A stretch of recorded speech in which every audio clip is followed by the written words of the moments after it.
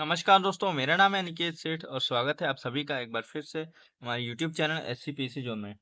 दोस्तों, आज आप सभी के लिए हरिशन महाविद्यालय के एंट्रेंस से जुड़ी एक बहुत बड़ी अपडेट लेकर इस वीडियो में आए हुए हैं। वीडियो को शुरू करने से पहले आप लोगों ने यदि चैनल को सब्सक्राइब नहीं किया है तो जरूर से कर लें और ज़्यादा से ज़्यादा लोगों तक इस वीडियो को शेयर भी करें जिनको कि इस वीडियो की खास ज़रूरत हो ताकि उनकी काउंसलिंग जो है वो न छूटे। दोस्तों, हरिशन महाविद्यालय में एलएलबी का जो मेरिट लिस्ट है वो अभी जारी हो चुका है। कल जो है 2 दिन पहले अभी एलएलबी का जो रिजल्ट है वो आया था और आज जो है एलएलबी का जो मेरिट लिस्ट है वो आ चुका है। अब इसमें हम बात करेंगे कि किनका इसमें जो है इसमें काउंसलिंग होना है, किस कैटेगरी का कितने नंबर तक का और जो है हरिशन महाविद्यालय से जो लोग पढ़े हुए हैं उनका कैसे होगा, कितना वेटेज मिलेगा, ये सारी चीज़ें इस वीडियो में हम डिस्कस करेंगे। दोस्तों, सबसे पहले हमारे सामने यह मेरिट लिस्ट है जिसमें कि लिखा हुआ है हरिश्चंद्र स्नातकोत्तर महाविद्यालय वाराणसी एलएलबी प्रथम सेमेस्टर में ऑफलाइन प्रवेश कार्य हेतु प्रवेश सूचकांक। ध्यान दीजिएगा, ऑफलाइन ही ये काउंसलिंग होगा, ऑनलाइन नहीं होगा। एससी और ओसी हेतु यहाँ एससी का मतलब है कि हरिश्चंद्र कॉलेज और ओसी का मतलब है अदर कॉलेज। और काउंसलिंग का समय 10:30 बजे सुबह से लेकर के 4 बजे तक है। यानी कि काउंसलिंग के लिए आप लोगों को मैक्सिमम जो है आप लोग कोशिश करें कि यदि आप लोगों का मेरिट लिस्ट में है तो आप लोग जो है काउंसलिंग के लिए 10:30-11 बजे तक पहुंच जाएं, क्योंकि डॉक्यूमेंट वगैरह भी लगाना रहता है तो सब में भी समय लग जाता है। ठीक है। अब हम बात कर लेते हैं कि पहले जो है किसका यहाँ पर दिया हुआ है। तो यहाँ पर हम देखते हैं कि लिखा हुआ है हरिशन स्नातकोत्तर महाविद्यालय से नियमित नियमित अध्ययन किए हुए एवं एससी पर टिक लगाए हुए की सूची से। इसका मतलब ये है कि जिन भी स्टूडेंट्स का ग्रेजुएशन हरिशन महाविद्यालय से हुआ है तो उन लोगों को 10 नंबर का जो है वेटेज मिलता है। तो स्टूडेंट्स को ये कन्फ्यूजन रहता है कि 10 नंबर जो है वो हमारा मार्क्स में बढ़ जाता है। जैसे किसी का यदि 40 नंबर है तो उसको ये लगता है कि हमारा जो है 50 नंबर है, तो ऐसा नहीं होता है। मार्क्स उसका 40 ही रहेगा, लेकिन इसमें जो मेरिट लिस्ट है, मेरिट लिस्ट में ही हरिशन महाविद्यालय का मेरिट लिस्ट यदि आप देखेंगे तो हरिशन महाविद्यालय के जो स्टूडेंट्स हैं जिन्होंने ग्रेजुएशन किया है यहाँ से, तो उन लोगों का मेरिट लिस्ट में ही 10 नंबर कम कर दिया जाता है। जैसे कि यहाँ पर अब नीचे अब देखेंगे तो अन्य महाविद्यालय से अध्ययन किए हुए एवं ओसी पर टिक लगाए हुए की सूची से। ठीक है। यदि ओसी यानी अदर कॉलेज का जो है यहाँ पर देख सकते हैं फर्स्ट लिस्ट में यहाँ पर 60 और उससे अधिक है। वहीं जो लोग हरिशन से जिनका ग्रेजुएशन हुआ है उनके लिए 50 नंबर है। तो इस तरह से ये जो है काउंसलिंग प्रोसेस जो है इस तरह से होता है कि जो हरिशन महाविद्यालय से जिनका भी ग्रेजुएशन हुआ रहता है, बीए बीकॉम या बीएससी कुछ भी, तो उन लोगों का जो है मेरिट लिस्ट में 50 नंबर कम दिया रहता है। और इसके साथ ही यदि आप लोगों ने फॉर्म पर एचसी पर टिक यानी हरिचंद महाविद्यालय पर टिक नहीं किया हुआ है तब आप लोगों का अदर में ही वो गिना जाएगा। भले ही आप लोग हरिचंद महाविद्यालय का रिजल्ट दिखाएं, फीस रसीद दिखाएं, कुछ भी दिखाएं, यदि आप लोगों ने फॉर्म में टिक नहीं किया है तो आप लोगों का अदर में ही एडमिशन होगा। यदि आप लोगों ने फॉर्म में टिक किया है तो आप लोगों का जो है ये जो है आप लोगों का होना है। ठीक है। अब फर्स्ट लिस्ट में आप देख सकते हैं 22 तारीख को काउंसलिंग होनी होनी है और 22 तारीख को जो है फर्स्ट लिस्ट में यहाँ पर 50 है। सेकंड वेटिंग लिस्ट में यहाँ पर देख सकते हैं 47 है। और ये फर्स्ट वेटिंग लिस्ट में 47 है और सेकंड वेटिंग लिस्ट में 45 और उससे अधिक है। दोस्तों, सब एक और जरूरी बात, सबसे बड़ी बात ये है कि ये जो मेरिट लिस्ट है ये केवल जनरल वालों के लिए है। अब आप कहेंगे कि यहाँ पर जो है यहाँ पर दिया हुआ है कि जनरल ओबीसी एससी एसटी, तो इसका मतलब ये नहीं है कि जो है सबका ही होगा। इसका मतलब ये है कि इसमें सिर्फ जनरल का होगा और इस मेरिट लिस्ट में यानी कि 50 47 45 तक में जो है इसमें यदि किसी का नंबर आ जाता है ओबीसी एससी एसटी में तो उनका भी जो है एडमिशन यहाँ पर ले लिया जाएगा। यदि इतने में ही किसी का 50, किसी का 47, 45 45 तक होता है किसी भी कैटेगरी में, तो उसका भी यहाँ पर एडमिशन होने का इसमें चांस है। इसीलिए यहाँ पर general OBC S C S T लिखा हुआ है, तो उनका जो एडमिशन होगा वो जनरल की सीट पर ले लिया जाएगा। आप उसके भले ही आप किसी भी कैटेगरी से हो, ओबीसी हो एस सी एस टी हो, यदि आप लोगों का इतना नंबर तक आया हुआ है तो आप लोगों का जो है जनरल की सीट पर एडमिशन ले लिया जाएगा। ठीक है।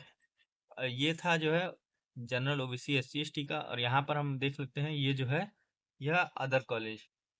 यहाँ पर आप देखेंगे अदर कॉलेज वालों के लिए फर्स्ट लिस्ट है main list 60, first waiting list 57 और सेकंड वेटिंग लिस्ट 55 यानी 55। तो 10 नंबर का फर्क रहता है। हरिशन महाविद्यालय से जिनका ग्रेजुएशन हुआ है और अदर कॉलेज से जिनका ग्रेजुएशन हुआ है उसमें 10 नंबर का फर्क रहता है। अब यहाँ पर देखेंगे तो फीमेल आता है। यहाँ पर आप सभी के लिए जानकारी के लिए बता दें कि हरिशन महाविद्यालय की काउंसलिंग में लड़कियों को, महिलाओं को, फीमेल्स को 20% का आरक्षण दिया जाता है काउंसलिंग में।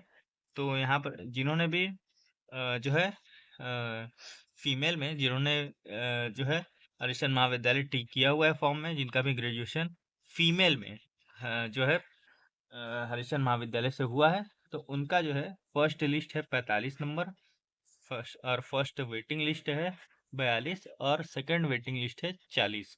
तो 40 नंबर तक के जितने भी जो है फीमेल स्टूडेंट्स है उन लोगों को जो है यहाँ पर जाना है। वो जनरल ओबीसी एससी एसटी कोई भी हो सकते हैं। आप लोगों का जनरल की सीट पर एडमिशन लिया जाएगा जब तक कि सीट न भरे। ठीक है, ये जो मेरिट लिस्ट आई है ये फर्स्ट है अभी। और यहाँ पर आप देखेंगे इसके बाद जनरल में ही अदर कॉलेज है।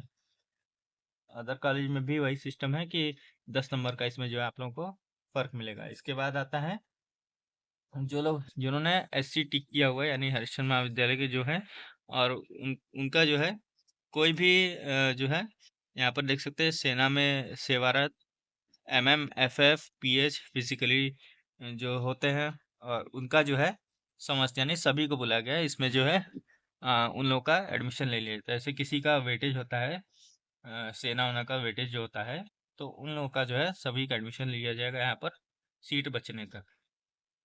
इसमें आप देख सकते हैं यानी सेवा में सेवारत, या जो रिटायर्ड होते हैं सेना के उनके जो जो है बेटे होते हैं, बेटियां होती हैं, उनका जो है, और फिर दिव्यांग जो होते हैं उनका जो है सभी लोगों को बुलाया गया है।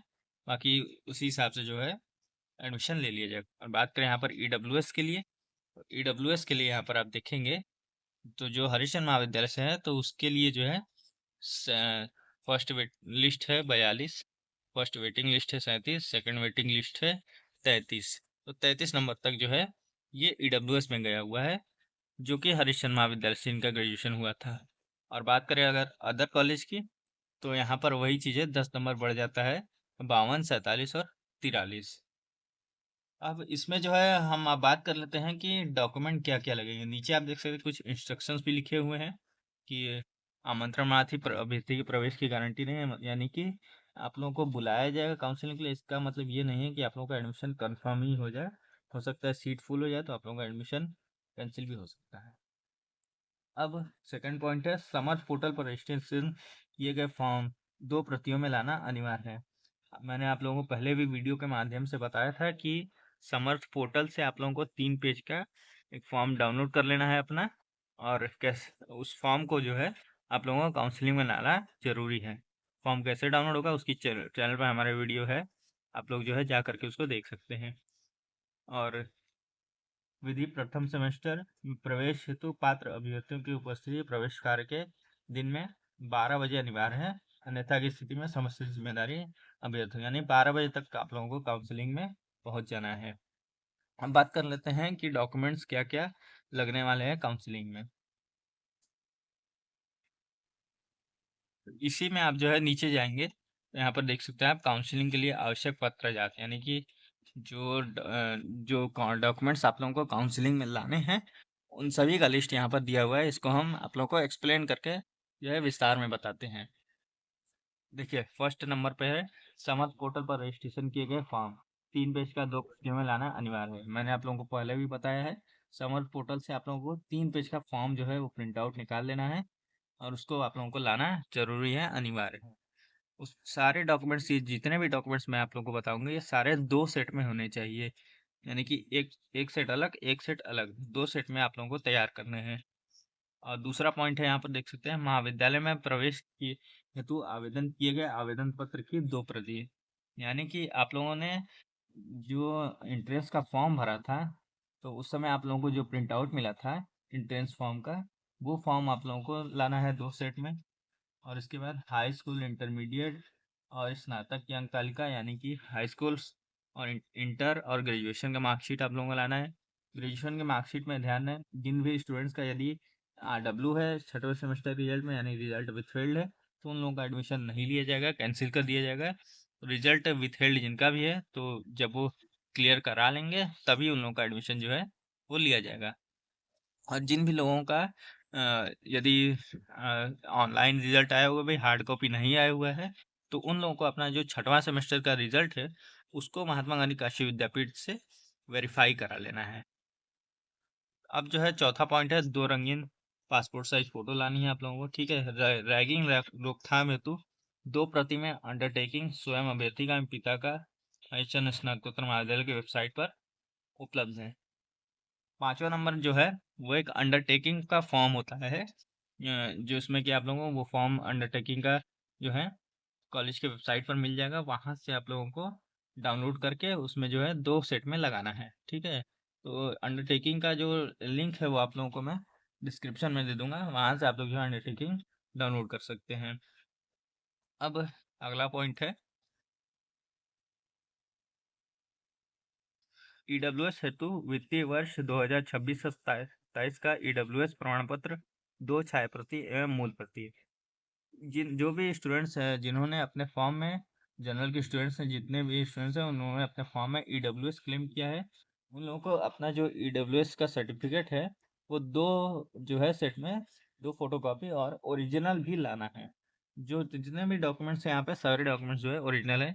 और इसमें जो है ईडब्ल्यूएस प्रमाण पत्र 1 अप्रैल 2026 तथा उसके बाद का बना हुआ ही मान्य होगा, यानी कि इस फाइनेंशियल ईयर का ही बना हुआ होना चाहिए ईडब्ल्यूएस सर्टिफिकेट।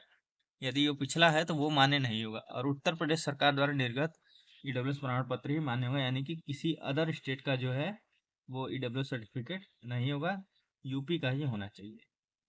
और 7वां पॉइंट है, ओबीसी SC ST हेतु संबंधित जातीय प्रमाण पत्र की मूल प्रति एवं 2 छायाप्रति, यानी जिन भी स्टूडेंट्स का जो है ओबीसी SC ST है उन लोगों को अपने कास्ट सर्टिफिकेट का जो है मूल प्रति यानी ओरिजिनल ओरिजिनल और 2 फोटोकॉपी लाना है। ओबीसी यानी ओबीसी का जो कास्ट सर्टिफिकेट है वो यूपी का ही होना चाहिए। और इसके अलावा 1 जुलाई 2023 या उसके बाद का ही बना होना चाहिए, उसके पहले का है यदि है तो वो मान्य नहीं होगा। और जो भी स्टूडेंट्स फ्रीडम फाइटर कैटेगरी के हैं, कैटेगरी के हैं, पीएच कैटेगरी के हैं, तो उन लोगों को अपना जो है वो उससे संबंधित जो भी जो प्रमाण पत्र है उसका ओरिजिनल और 2 सेट जो है फोटोकॉपी लाना अनिवार्य है। और इसके अलावा आधार कार्ड है आप लोगों का, देख सकते हैं 10 नंबर पॉइंट में आधार कार्ड। आधार कार्ड जो है 2 छायाप्रति में 2 सेट में चाहिए, ओरिजिनल भी चाहिए। चरित्र प्रमाण पत्र आप लोगों ने जो जिस भी कॉलेज से या आप लोगों ने ग्रेजुएशन किया हुआ है तो वहाँ से आप लोगों को अपना कैरेक्टर सर्टिफिकेट वो लेना होगा। यदि आप लोगों का हरिश्चंद्र महाविद्यालय से ही था ग्रेजुएशन तो आप लोगों को कैरेक्टर सर्टिफिकेट देने की ज़रूरत नहीं है, उसके बिना भी काम हो जाएगा। और इसके अलावा काउंसलिंग हेतु उपस्थित प्रत्येक अभ्यर्थी को आवेदन पत्र के साथ भारतीय विद्यार्थी परिषद BCI द्वारा निर्धारित पत्र में अंडरटेकिंग लगाना अनिवार्य है। अंडरटेकिंग फॉर्म हरिश्चंद्र स्नातकोत्तर महाविद्यालय के वेबसाइट पर प्रवेश परीक्षा के पोर्टल पर उपलब्ध है। और अंडरटेकिंग आप लोगों को मैंने ऊपर बताया था। इसके अलावा एक बार काउंसिल ऑफ इंडिया के द्वारा भी अंडरटेकिंग का फॉर्म जो है उसको आप लोगों को कॉलेज के वेबसाइट से ही आप लोगों को डाउनलोड करना है, डाउनलोड करके जो है इस फॉर्म में लगाना है। और इसके अलावा प्रवेश पत्र की 2 छायाप्रति, यानी आप लोगों ने जो एंट्रेंस का फॉर्म भरा था उसके बाद एग्ज़ाम में एंट्रेंस एग्ज़ाम में जो एडमिट कार्ड लेकर गए थे वो एडमिट कार्ड आप लोगों को चाहिए होंगे, उसकी 2 फोटोकॉपी लगानी है। जितने भी डॉक्यूमेंट्स ये सारे मैंने आप लोगों को बताए हैं, ये सारे डॉक्यूमेंट्स आप लोगों को 2 सेट में तैयार करके ही काउंसलिंग में जाना है। और इसमें आप लोगों को यदि कोई भी डाउट होता है तो आप लोग कमेंट करके उससे कमेंट बॉक्स में पूछ सकते हैं। Thank you. जय हिंद। हर हर महादेव।